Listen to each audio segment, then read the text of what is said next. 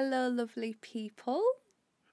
This is a Galactic Mayan Astrology Report for the 6th of February, which is a Thursday, 2020. So, the energy that we're moving into for the 13 days from the 6th is the energy of red moon. Now, this is a really significant energy for all of us because we have our own individual Mayan sign, and the planet also has its own Mayan energy, sign, and pattern. It has its own birthday, like we have a birthday.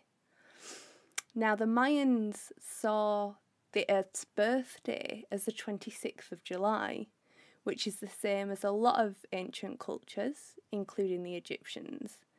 And the reason that they saw this time particularly as the birthday was because of the rising of Sirius. So the planet, like us, goes through these 13-year cycles. And in July, I did a video that was all about the new 13-year cycle that was beginning, which was in the energy of White Wizard. So we're just transitioning into that now. But prior to that point, we were in 13 years of red moon. So when it's the planetary cycle, that's also very significant for us.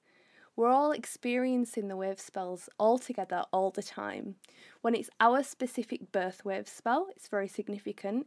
And when there's something going on the planet, it's very significant as well, because obviously we're living here.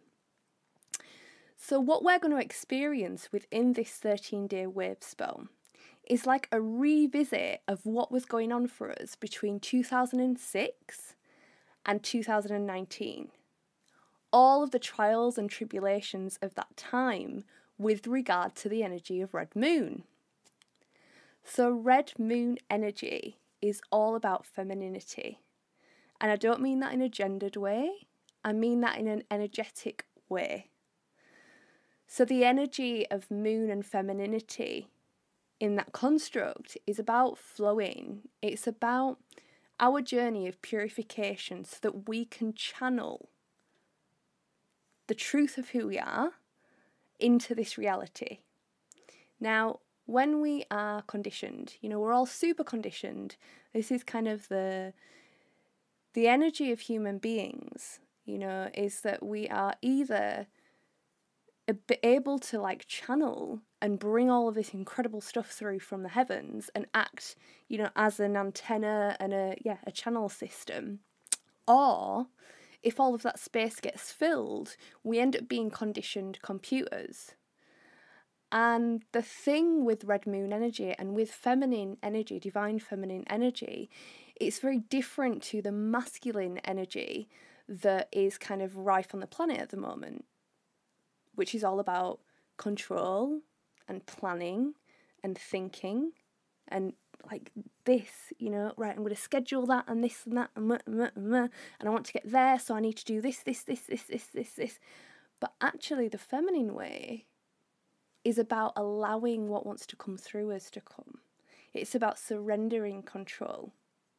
So for instance, when a woman is giving birth, there is no, I'm going to have a contraction right now.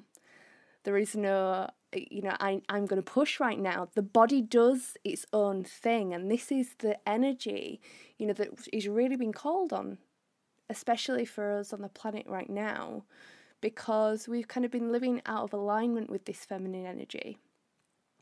Now, the other element of red moon energy is about purification, because in order to channel, we have to let go of the conditioning.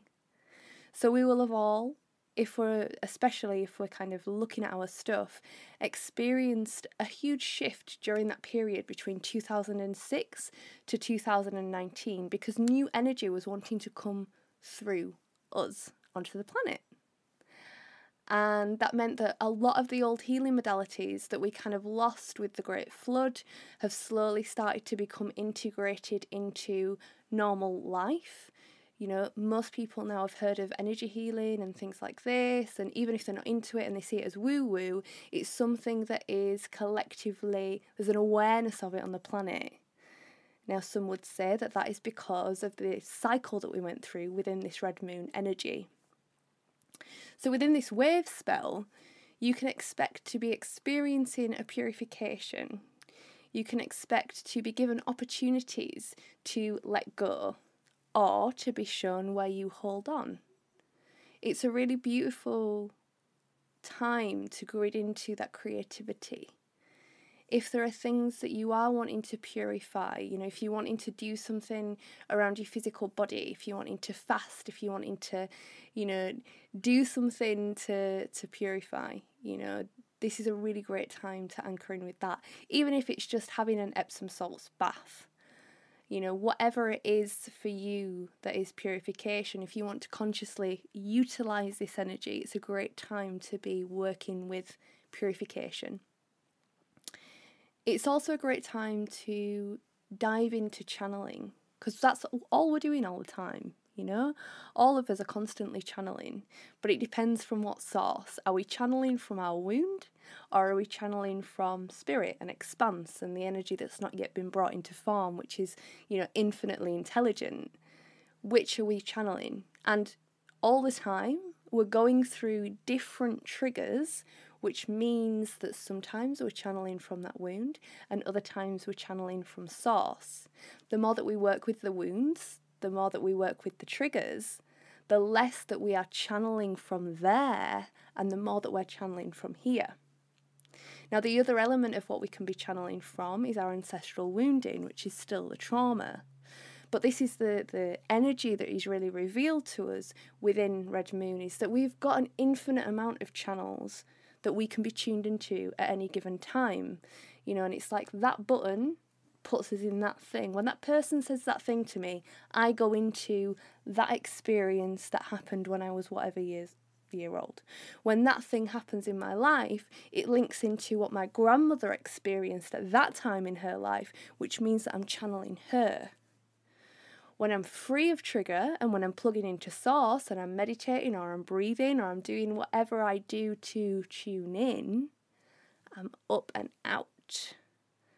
So we're all really channeling all the time, and it's a really magical time for us to kind of grid into, okay, so how clear is my channel and what do I need to let go of in order to make more space for my channel?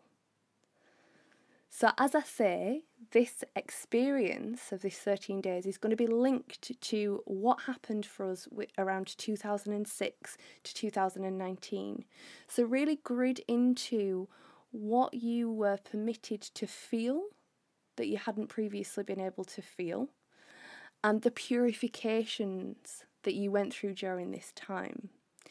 You also want to be gridding into, if you're wanting to look at this and plot it and map it out, grid into what was going on for you with regard to control and release. How able were you to flow? And again, within this 13-day period, we get to see where we've come from. Think about where you were at in 2006. How able were you to flow with life and what was presented? How much were you holding on and trying to control and organise? And then look at now and where you're at with this journey. So the Great Mother is going to be bringing us lots of opportunity for expansion and flow. And it's about trusting that.